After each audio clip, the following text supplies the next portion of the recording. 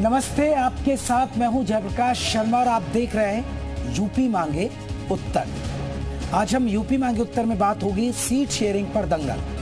देखिए, अभी तारीख का ऐलान नहीं हुआ है, लेकिन सीट शेयरिंग पर चाहे वो इंडिया गठबंधन हो या एनडीए गठबंधन हो, सब में अभी से ही आपको बता दें दंगल शुरू हो गया है। दरअसल अपनों की देखिए उपचुनाव में सीट शेयरिंग पर पेच फंस रहा है। एनडीए और इंडिया दोनों तरफ फंसा हुआ है। बात पहले करें एनडीए की, तो आपको बता दें 10 में से 9 सीटों पर बीजेपी लड़ने की तैयारी कर रही है। वहीं निषाद पार्टी 1 से 2 सीटों पर चुनाव लड़ने की तैयारी कर रही है।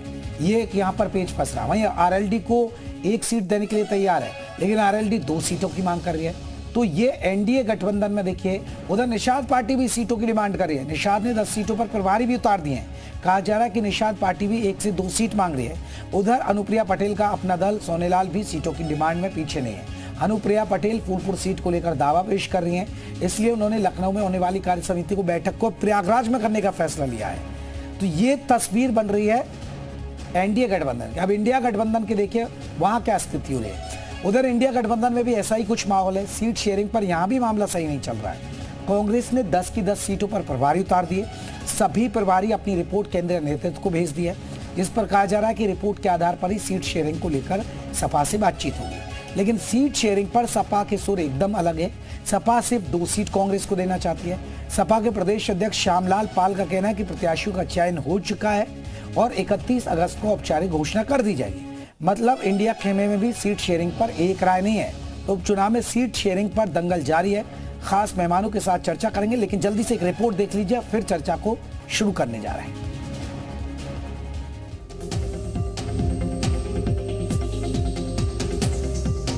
काले कारनामों से इनका पूरा इतिहास भरा पड़ा है। लाल टोपी है, लेकिन काले कारनामों के लिए लोग जाने जाते हैं। समाजवादी पार्टी अपनी नीति बना रही है किस प्रकार चुनाव को लड़ना है उपचुनाव को, और हमें उम्मीद है कि 10 की 10 सीटें हम इस उपचुनाव की जीतेंगे।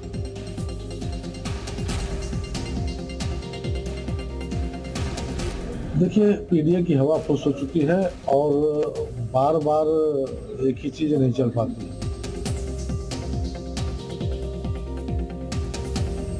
प्रत्याशी के नाम घोषित करना है और चुनाव घोषित हो जाए। 10 के 10 सीटें समाजवादी पार्टी जीत रही है।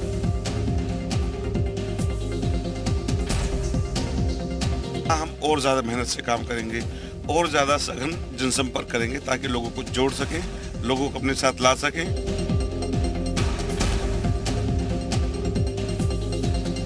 समाजवादी पार्टी की पूरी तैयारी है उत्तर प्रदेश के 10 विधानसभा सीटों को लेकर के। तो चलिए, हमारे साथ खास मेहमान जुड़ गए। जल्दी से अपने मेहमानों का परिचय करा दूं। मैं अवनीश त्यागी बीजेपी की तरफ से रहेंगे, प्रोफेसर भुवन भास्कर समाजवादी पार्टी की तरफ से रहेंगे, सुधा मिश्रा जी हमारे साथ कांग्रेस की तरफ से, रोहित अग्रवाल जी हमारे साथ आरएलडी की तरफ से जुड़ गए। आप सभी मेहमानों का बहुत बहुत स्वागत है। सबसे पहले आरएलडी से ही चर्चा कर लेते हैं। रोहित साहब, कितनी सीटें चाहते हैं आप 10 में से?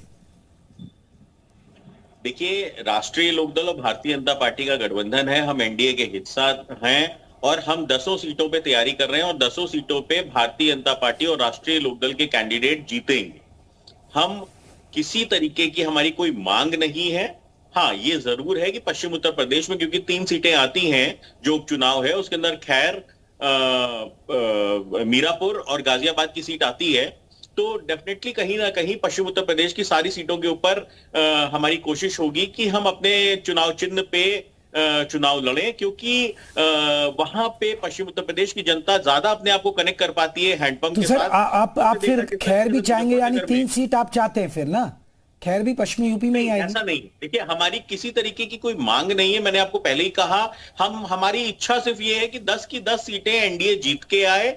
जो एक गलत नैरेटिव कहीं ना कहीं विपक्ष द्वारा दिखाया जा रहा है कि वो जीत गए 2024 के चुनाव में, संविधान खत्म हो जाएगा, जो जनता को गुमराह किया जा रहा है, जो कानून व्यवस्था की धज्जियां उड़ाई जा रही हैं विपक्ष के द्वारा, उस नैरेटिव को खत्म करने का काम इस उपचुनाव में किया जाए। 10 की 10 सीटों के ऊपर हमारी कोशिश ये है। चलिए, आपकी तैयारी। लेकिन अवनीश त्यागी जी देखिए, उन्होंने इशारा किया कि पश्चिमी यूपी की कम से कम सीटें उनके पाले में आ जाएं। अब देखिए, पश्चिमी यूपी के हिसाब से देखा जाए तो 3 सीट है। अब आप क्या देंगे आरएलडी को 3 सीटें? देखिए शर्मा जी, जैसे ही चुनाव घोषित होगा तो ये मामला सब सुलझ जाए। और वैसे भी जो सीट मीरापुर की सीट है वो लोकदल के खाते, लोकदल जीता था, तो ये कोई विवाद है ही नहीं। कोई विवाद किसका होगा, क्या होगा, कौन सी टिकट की जाएगी, एनडीए बिल्कुल नहीं त्यागी जी, विवाद क्यों नहीं है? देखिए आरएलडी पश्चिमी यूपी की कह रही है, आपके आगे देखिए त्यागी जी, फिर आपकी निषाद पार्टी भी तैयारी कर रही है, फिर अपना दल एस भी तैयारी कर रही है, तो विवाद तो है ना? नहीं, ये तैयारी कर रहे हैं ना, तैयारी कर रहा है एनडीए के सभी घटक दल 10 सीटें जीतने के लिए अपनी अपनी तरह से तैयारी कर रहे हैं। अपना आधार है, जनाधार है, अपना वोट बैंक है, अपनी तैयारियां सब कर रहे हैं। सबका मकसद एक ही है कि 10 सीटें भारतीय जनता पार्टी का सहयोगी दलों के साथ एनडीए का गठबंधन जीते।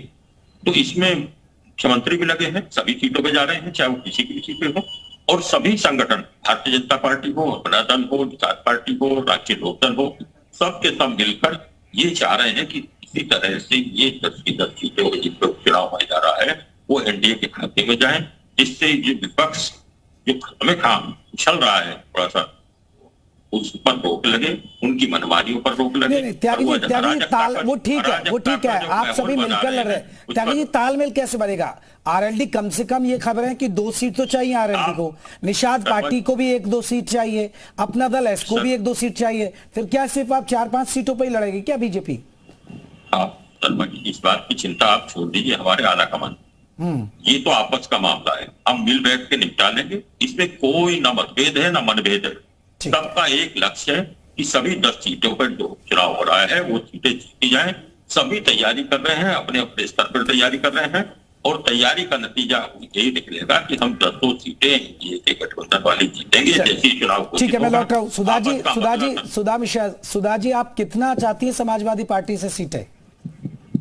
देखिए जिस तरह से हमने 2024 लोकसभा चुनाव लड़ा और जनता का जो समर्थन मिला है, उसमें ये प्रश्न करना कि हम कितनी सीट चाहते हैं या नहीं चाहते, हमारे गठबंधन से एक जो लक्ष्य है कि हमें 10 सीटों पे अपनी जीत सुनिश्चित करनी है इंडिया गठबंधन की। उसके बाद जो गठबंधन के शीर्ष नेतृत्व के लोग होंगे, जो बातचीत होगी, जो हमारे गठबंधन के लिए, जो उत्तर प्रदेश की जनता के लिए, और झूठ बोल के सरकार चलाने वाली जो आज की सरकार है उत्तर प्रदेश की, जिसमें आदरणीय हमारे मुख्यमंत्री जी कहते हैं सुशासन, विकास और मॉडल दिखता है हाथरस में, लखीमपुर में, शाहजहांपुर में, फर्रुखाबाद में, उन्नाव में। उसके जवाब में जनता हमारे साथ खड़ी और हम इस उपचुनाव में उन 10 की 10 सीटों पे नहीं। सुधा जी वो ठीक है आपकी बात है, लेकिन सुधा जी एक आम वोटर के जहन में ये बात तो आनी चाहिए कि देखिए कांग्रेस वाले कहां से लड़ेंगे, हो सकता है आपके कट्टर समर्थक चाह रहे हो कि यहां से आप लड़े।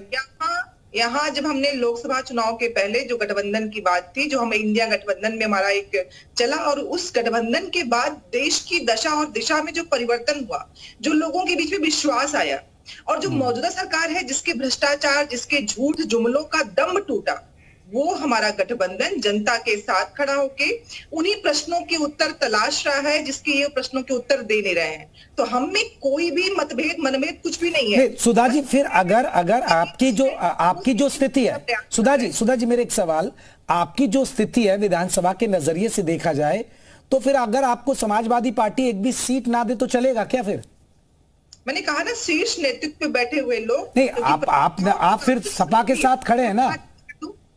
मैं अपनी बात पूरी कर दूं जी। आप जिस विषय को लेके एंकरिंग कर रहे हैं, आप सब्जेक्ट चेंज नहीं कर सकते। आपको जो दिया गया आप वो काम करेंगे, मुझे जो काम दिया गया मैं वो काम कर रही हूँ। शीर्ष नेतृत्व के द्वारा उन 10 चुनावों पे जो सीट डिक्लेयर होगा, जिनका जो नाम आएगा वो आप तक पहुंच जाएगा। हम एक साथ मिलकर 10 सीटों पे तैयारी कर रहे हैं। 10 सीटों पे उपचुनाव कैसे हम जीतेंगे इसके लिए कार्य कर रहे हैं। तो चाहे कांग्रेस हो, चाहे सपा हो, चाहे अन्य हमारे जो भुवन साहब सपा कितनी सीटें देना चाहेगी कांग्रेस को? सर हालांकि वो आप भी कहेंगे कि देखिए हाईकमान का फैसला जो होगा मान्य होगा, लेकिन कई सीटें ऐसी है खासकर फूलपुर जिस पर कांग्रेस की नजर है। हालांकि वहां फूलपुर में इनकी स्थिति पहले ही ठीक नहीं रही, आपकी मजबूत रही है, तो कैसे होगा, रास्ता कैसे बनेगा सर? देखिए जयप्रकाश जी, जो 2024 में 30 करोड़ उत्तर प्रदेश के वासियों ने समाजवादी पार्टी और इंडिया गठबंधन को जो आशीर्वाद दिया, और वो आशीर्वाद दिया जो हमारे नेता माननीय अखिलेश यादव जी ने कहा था, सामाजिक न्याय की लड़ाई, जाति जनगणना और पीडीएफ को लेकर जो हम आगे बढ़े, तो निश्चित तौर पर कहना चाहता हूं आज हमारे लिए समाजवादी पार्टी के लिए ये है कि जो जनता का विश्वास मिला है, जो आदरणीय अखिलेश यादव जी में लोगों ने उत्तर प्रदेश का भविष्य सौंपने का काम करा लोकसभा में, उसकी लड़ाई को हम आगे बढ़ाने का काम करते हैं। ये बड़े गौण विषय है सीट का विषय की चर्चा भी नहीं है। चर्चा यह है कि भारतीय जनता पार्टी जिसकी लगातार महंगाई बढ़ रही है, उत्पीड़न की बात आप देखिए, आप किस प्रकार महिलाओं का उत्पीड़न लगातार बढ़ रहा है, आप देख पा रहे हैं।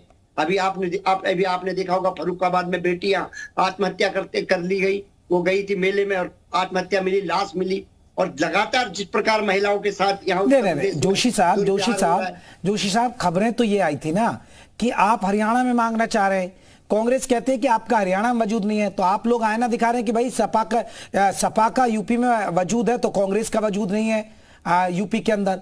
तो ये जो खबरें आ रही हैं सर वार पलटवार की, तो ये कहीं ना कहीं संशय है। और देखिए लाखों लोग आपको कम से कम सुन ही रहे होंगे, तो कम से कम उनके सामने संशय तो क्लियर हो जाए। आपके बहुत सारे कार्यकर्ता होंगे, कांग्रेस के भी समर्थक होंगे, बीजेपी के भी समर्थक हमें सुन रहे होंगे, तो स्थिति साफ हो जाएगी ना। हम तो आपको मंच दे रहे हैं।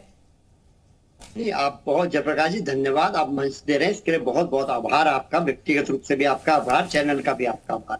लेकिन आज मुद्दे बड़े होते हैं, मुद्दे सीट से हमेशा बड़े होते हैं। मुद्दे क्या है? उन लोगों को सामाजिक न्याय दिलवाना है, जाति जनगणना करवानी है, पीडीए की लड़ाई को आगे बढ़ाना है। ये मुद्दे बड़े हैं जिसपे हम पे लोगों ने विश्वास करने का काम करा, और हम पूरी तरह से आसमिंत है कि 2024 का जो परिणाम है उस परिणाम को हम देखेंगे। कि आप अभी जो उपचुनाव पूरे देश में हुआ था, परिणाम क्या आया था पूरे देश के सामने, कोई छुपा नहीं है। हमें पूरी विश्वास है कि जब ये उत्तर प्रदेश की 10 सीटों पे चुनाव होगा, हम इंडिया गठबंधन समाजवादी पार्टी बहुत अच्छा परिणाम, सुखद परिणाम, लोगों की लड़ाई को लड़ते हुए हम लोग इसको सुखद परिणाम के रूप में अवतरित करेंगे। सर मुद्दे तो उनके तय हो गए।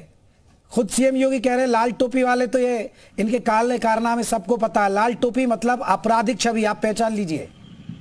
खुद सीएम योगी कह रहे हैं आपकी लाल टोपी पे। देखिए मैं इसको कहना चाहता हूँ, आदरणीय योगी जी को पता नहीं कि इस देश का जो सम्मान है वो टोपी और यहाँ जो पगड़ी पहनाई जाती है। वेस्टर्न यूपी में मैं रहता हूँ, वेस्टर्न यूपी में जो पगड़ी है और टोपी है, ये मान सम्मान का विषय होता है। हम किसी काली टोपी पे, सफेद टोपी पे, लाल टोपी पे चर्चा ना करके जनता के जो मुद्दे हैं, महंगाई है, औरतों की सुरक्षा है, बेरोजगारी है, परीक्षा लीक, अगर इस पर बात करेंगे तो निश्चित तौर पे उत्तर प्रदेश का जो विकास का है उसके लिए हम लोग लड़ पाएंगे।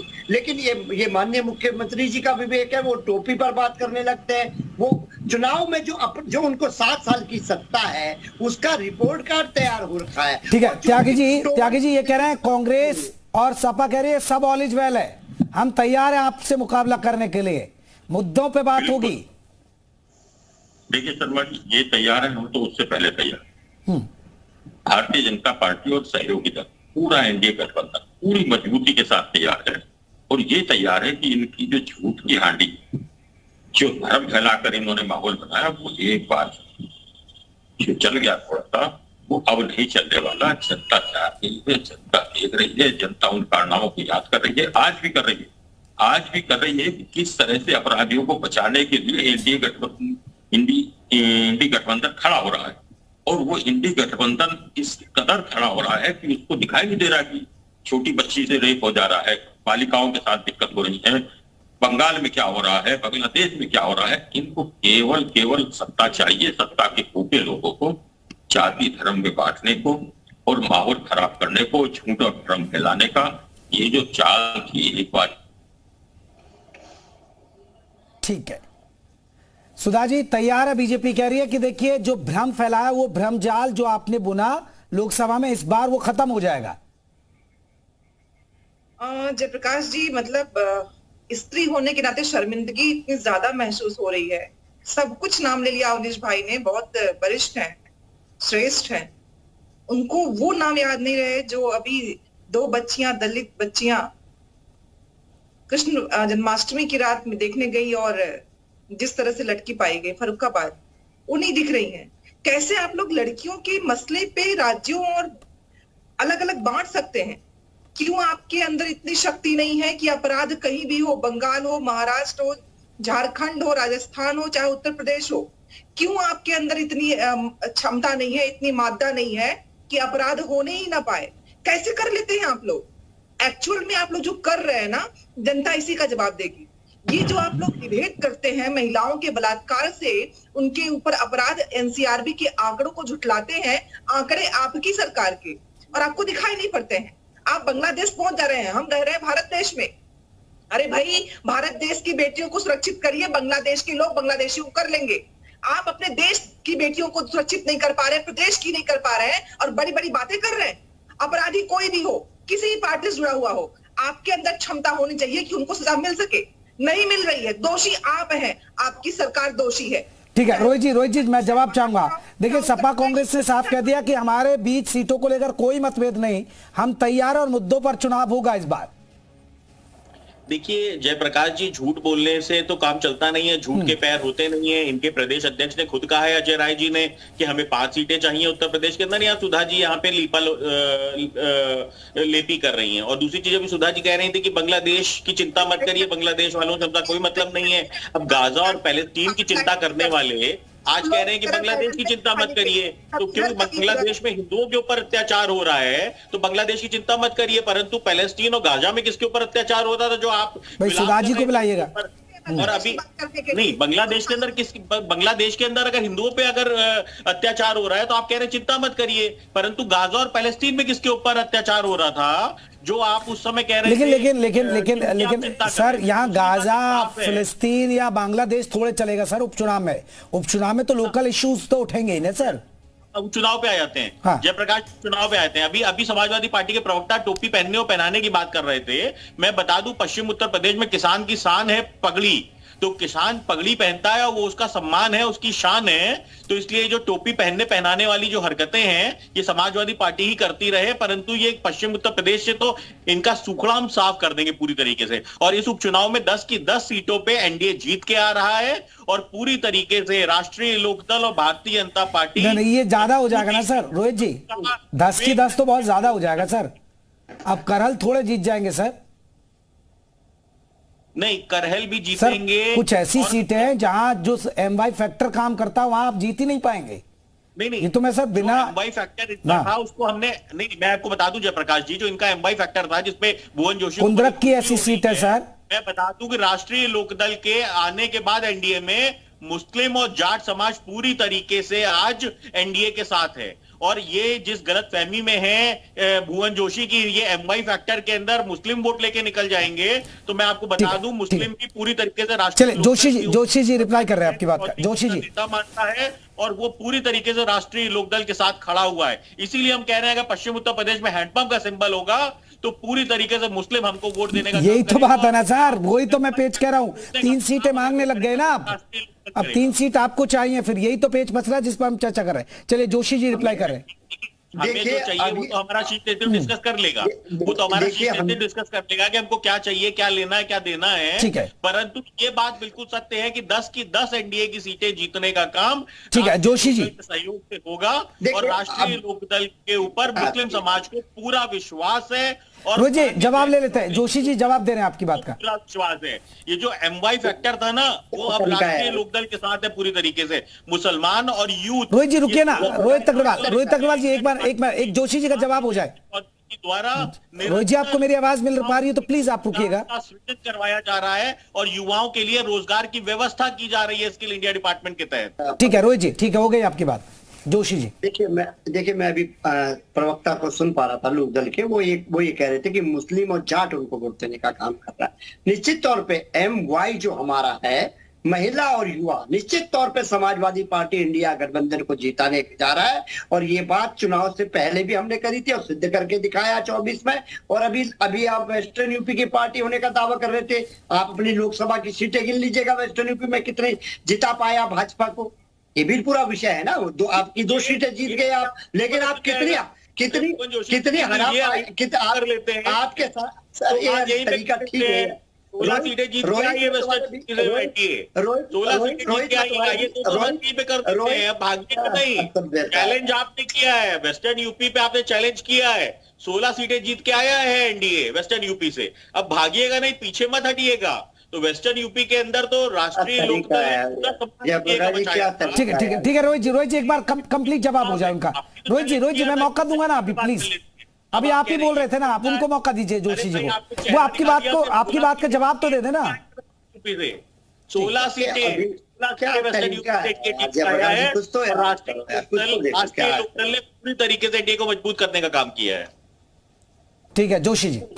24 के परिणाम को हम लोग उठा लेते हैं, पता चलता है कि मुजफ्फरनगर सीट ये लोग हार गए, कैराना सीट ये लोग हारने का काम करा, मेरठ में बाल बाल बचे, साथ में थे ना आप, ये भी अवलोकन हो रहा है आपके गठबंधन। यार क्या तरीका है रोहित यार, रोहित क्या तरीका है यार, ये रोहित क्या तरीका, कुछ तो यार लिहाज कुछ तो लिहाज करो, कम से कम एक अच्छे चैनल में तुम्हें अच्छा समय दिया बोलने का, राष्ट्रीय लोकदल को ये क्या अनपढ़ों वाली बात कर रहे हो यार। की बात नहीं करोगे, बागपत की बात नहीं करोगे, मीरापुर की बात नहीं करोगे, गाजियाबाद की बात नहीं करोगे, फर्रुखाबाद की बात नहीं करोगे, आगरा की बात नहीं करोगे, तो फिर बात किसकी करोगे? खाली मुजफ्फरनगर जीतना ही वेस्टर्न यूपी जीतना नहीं होता है भाई साहब, समझना पड़ेगा कि मेरठ में भी आप बुरी तरीके से हार के आए हैं, तो खाली मुजफ्फरनगर जीत लेने से वेस्टर्न यूपी में जीतने का दावा करने वालों आपको समझना पड़ेगा कि 16 सीटें एनडीए जीत के आई है राष्ट्रीय लोकदल के। अरे ठीक है ना, ठीक है एक जल्दी से आखिरी कमेंट, फिर मैं सुधा जी से आखिरी कमेंट लूंगा। रोहित जी हो गई बात, ऐसे तो आप बहुत सारी सीटें, सहारनपुर कौन सा जीत गए आप, पिछली बार जीते थे आप। चलो जोशी जी। देखिए जयप्रकाश जी, वो आप भारतीय जनता पार्टी में भी चिंतन हो रहा है कि हमारे सहयोग से आप 2 सीटें जीत, ये भारतीय जनता पार्टी के अंदर का चिंतन है, लेकिन आप क्या डिलीवर कर पाए ये वो चिंतन है उनके दिमाग में। तो बड़ी बड़ी बातें करने से नहीं हो पाता, मेरठ में कैसे जान बची है वो भी देखा, क्या तरीका है यार। चले ठीक बात नहीं हो पा रही है बात। सुधा जी आप लोग कह रहे हैं all is well, Joshi ji भी कह रहे हैं ऑल इज वेल, ये कह रहे हैं हम 10 सीटें हम जीत लेंगे, फिर आप कितने पर दावा ठोक रहे हैं आप दोनों? जयप्रकाश जी आप देख रहे हैं अकुलाहट और बौखलाहट देख रहे हैं कि किसी को बोलने नहीं दिया जा रहा है, जिस तरह से रोहित भाई बार बार इंटरप्ट कर रहे हैं, ये अकुलाहट और बौखलाहट दिखा रही है। और आपने देखा कि हम तरीके से सही बात हमारे तो दोनों मिलकर नहीं, आप अकेले डिफेंड कर पा रहे हैं क्या?